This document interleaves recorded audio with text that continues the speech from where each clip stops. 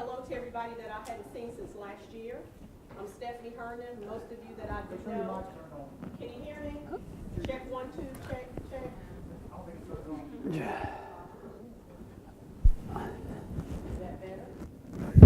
Is that better? There you go. Stephanie Herndon with Shelby Police Department. Actually, they asked me to do the spotlight this year, but I thought, who would be the best person to do the spotlight and get them out of the office other than my chief, Jeff Ledford. So a few weeks back, the chief and I spoke, and I said, Chief, can you come down to Charlotte with me? He didn't hesitate. He said, sure. And we're here today to do the spotlight on Shelby PD. The chief has been with Shelby Police Department since 1992, and he oversees a lot of people, do a lot of things. I'm going to actually let him talk about that. We're going to talk a little bit about what we do at the agency. I've been doing the evidence for the police department since 98, been in law enforcement since 89, so I've been doing it just a little bit. Started out as a 911 operator. So without further ado, I'm going to introduce Chief Jeff Ledford, Shelby Police Department. Thank you, ma'am. I don't. God dang. Is this thing really on? How loud is this to y'all? I am a tad loud by nature, so I'll bust these windows before this is over with. Are we okay? We'll adjust it. All right, real quick, let me bring this up. Stephanie did ask me early to come to Charlotte, and that's where it ended. I want to take you to Charlotte. Absolutely. There was no mention of work, but it is truly a pleasure to be here, and I'm sorry, I'm going to try to get this thing working so I don't have to go through this often. Neil, who's the computer person here? Oh, there it is. If we go the right way, we're good. All right, good deal. I've got a question for y'all. Please explain this to me. What kind of conference do you people have? Okay.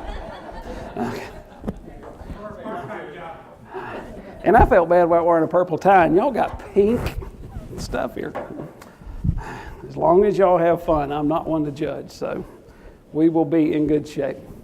So it is a truly pleasure to get to come and to tell you a little about our department. When Stephanie and I were talking about this, she said you wanted to kind of spotlight Shelby PD, who we are, what we do, and how we do it. Is that pretty much it? Okay, and I understand we've taken the spot of a judge. Maybe we show them, I think Sarah was showing me, was chat with a judge, so it's this chat with Shelby PD. So that's okay. We're more fun than a judge. Unless any of y'all are judges or married to one by chance. That would be.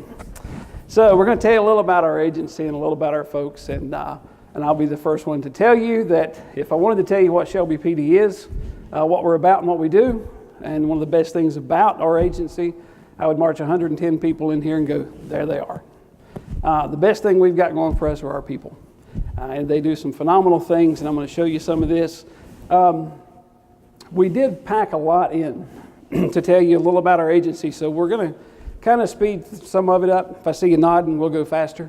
But we do want to tell you a little bit about what makes our agency what it is, and how we do things, some hurdles we faced, and how we've gotten through them. And I'm a little bit curious about who's here. Some of the faces are somewhat familiar, but how many of you are, just real quickly, tell me who's in this room. High Point, cool. Iredell? Rockingham, Iredell? Statesville?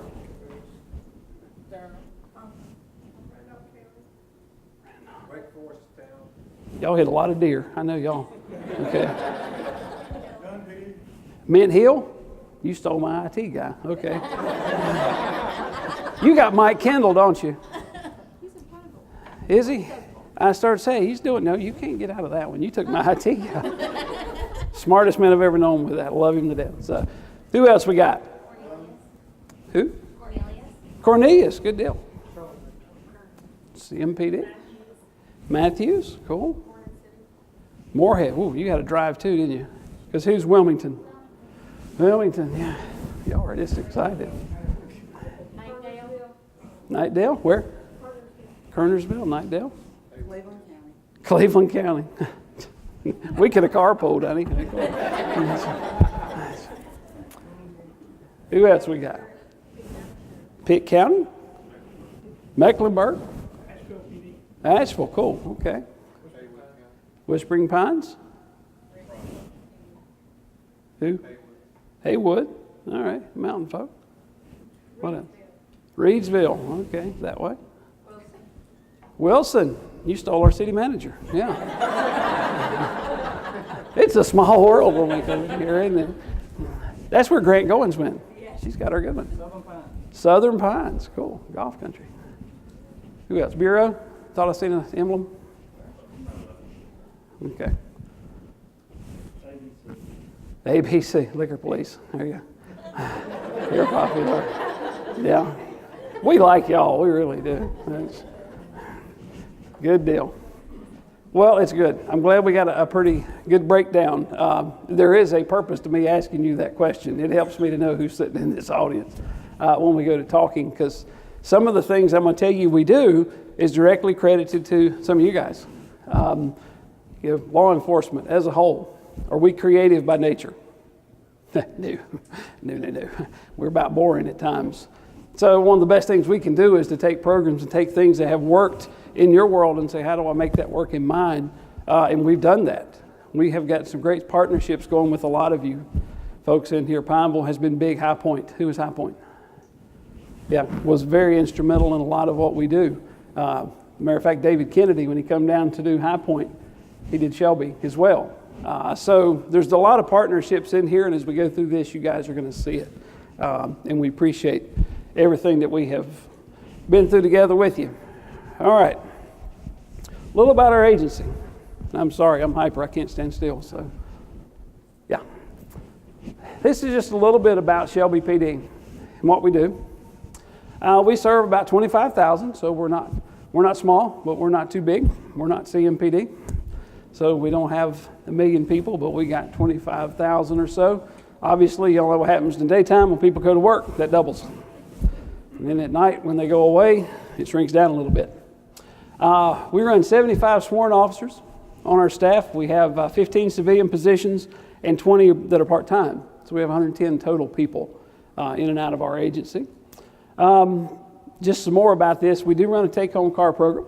Stephanie was talking a little about that. We have an officer residency program. How many of you guys where you live, with the exception of the county, because that's an unfair question, does most of your staff live in the city? Why? Too expensive. Yeah, who's from Cornelius? Yeah, I've heard that one. It's not that expensive. I've already heard. Yeah, and I got lost in Burkdale. Is Burkdale Village? Huntersville? Okay, yeah, I met that place yesterday, so it's pretty cool. Here's what our officer residency program does for us. We give an incentive to officers to live in the city. And a lot of agencies will say, well, we'll give you a car if you live in the city. Well, we'll do that. We had to take that a step further, because out of our entire organization, we had like 9 people live in the city. That's full staff. That's just not sworn, that's full staff, which wasn't that good. So we created this program, which basically says if you're in the department and you'll move into the city, we'll help you buy your house. So if you live in a certain part of town, we're going to give you $10,000 towards the down payment of your home. Another part of town, it's $7,500. Another part, it's $5,000. So we're paying you at the minimum $5,000 to go into your brand new home to go towards closing costs. On top of that, we put a burglar alarm in the house and we monitor it. Not that you need a burglar alarm in Shelby, but just in case. But we put the burglar alarm in the house, we give them a take-home car, and then we give them 10 hours a month of overtime. So that's how we lure people to the city. So when our folks are sitting in here, yeah. No, we got a low turnover right now. So I don't think we did. No, I think we're full. Yeah, I got a civilian opening, that's it. So, but we had to lure people in. And we had to do something creative, because you're right, it does get a little more expensive. A lot of people had the mindset they wanted to live outside of where they work, which is acceptable. You know, I'm not being hypocritical here, but I don't live in Shelby. I actually live in Kings Mountain, and I drive to Shelby to go to work, which is 10 minutes down the road. She lives there too, so she can't make fun of me. But I enjoy going away from Shelby to go to work. I can go to the grocery store and I don't have 400 people, hitting me up with something. And officers had that same thought. But we did sweeten the pot a little bit with the officer residency program to get folks in. Now, we're probably 24, 25 of our sworn staff alone live in the city. If you're a new officer coming into Shelby, coming into work, that's just a pretty cool deal because you're automatically coming in with equity into your home. So, is there a benefit to the agency for that? Absolutely. We hook you when you come in. Yeah. I say that with the most affection, huh? Then they probably stay for a while because they just bought a house. Absolutely. They're deep-rooted. They're going to stay. They have some ownership in the community. So, there's a lot of good things that are happening. But the officer residency is one of our bigger promotions as far as agency and getting people in. I'll tell you, we're very service-oriented. How many of you go to Walmart and go shopping? Oh, come on, that's an American pastime. We kind of use the Walmart philosophy. What's on the back of every person's vest at Walmart? There's a smile. There's a smile. What is it? How may I help you? Every Walmart vest on the back of it has how may I help you? And I'm of a firm belief that law enforcement, same way. We should be towards our customer and say, hey, how do we help you? How do we serve you today? We take that and we apply it to police work, service-oriented. I don't care if you're a bad guy or you're a good guy. We'll serve you. I mean, we do not discriminate. I don't care. But we've got to have that mentality that we're here to serve. Because what's one of the bad things that happens to cops and people in law enforcement? They get this thought process going of everybody we deal with is horrible, right? And eventually you paint the whole world with that brush, do you not? We have to keep working to keep our folks knowing, hey, there's good people out there. And that's who we're here for. So that service-oriented mindset is really what we push for.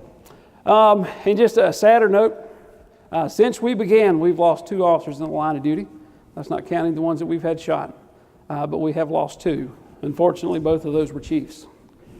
So, yeah, nobody will work out with me at night. That's just, but we have the 2 people we've lost in the line of duty were chiefs of police long time ago. So that's a little about us. This is something we're very proud of. How many of you are accredited? Now, 2001, Chief Charlie Van Hoy, who came from Cornelius, took us through the accreditation process. And at the time, we were the 18th department to go through this. It's CALEA. Most of you are very used to that. We went through accreditation, and every 3 years since then, we've been kicking. This year, we thought, well, let's just really get wild. Instead of just getting the law enforcement part of our agency accredited, we wanted to get our communication center accredited. So we would be totally covered. Everybody within the agency had something to brag about. They had some symbol or whatever to push. So March of this year, we became the first law enforcement agency in the state, which means we're a police department with a communication center within it. I think, who's from Raleigh, Wake County, anybody? I think your communication center is? It's a standalone, right? Wake County's got their own, we have our own. Okay, but isn't Wake's a standalone? Yeah. So they are, and then there's one more. Durham. Yeah, and you have a standalone, right? Yes. Yeah, they have that. We've held on to ours with both hands. Cool. Are y'all going to credit yours? You need to. Everybody should go through this. Everybody should want that sticker right there. No, actually, we are very proud of this. It is really cool to have. It is a lot of work on the administrative part, but the payoff is there's some really cool standards that go with this and a really high ceiling that you hold them to. Our telecommunicators, when we went through this for them, we thought we may get a little pushback. This could be rough, but what we found out is they loved it because this was about them. So when we got them accredited and we went in March, we bought everybody the cool shirts with the logo and all that good stuff, and they bought me one, so I'm schizophrenic. I'll wear whatever shirt happens to be at the day. But very proud of this and very proud of them for getting through this. All right, here's about our department structure. Won't ride this horse much, but we're pretty traditional, probably just like most of y'all. We have 3 divisions. You can see where the breakdown of supervisors are, detectives, patrol. The right-hand side is some of our specialized positions, and I'm sure you have these.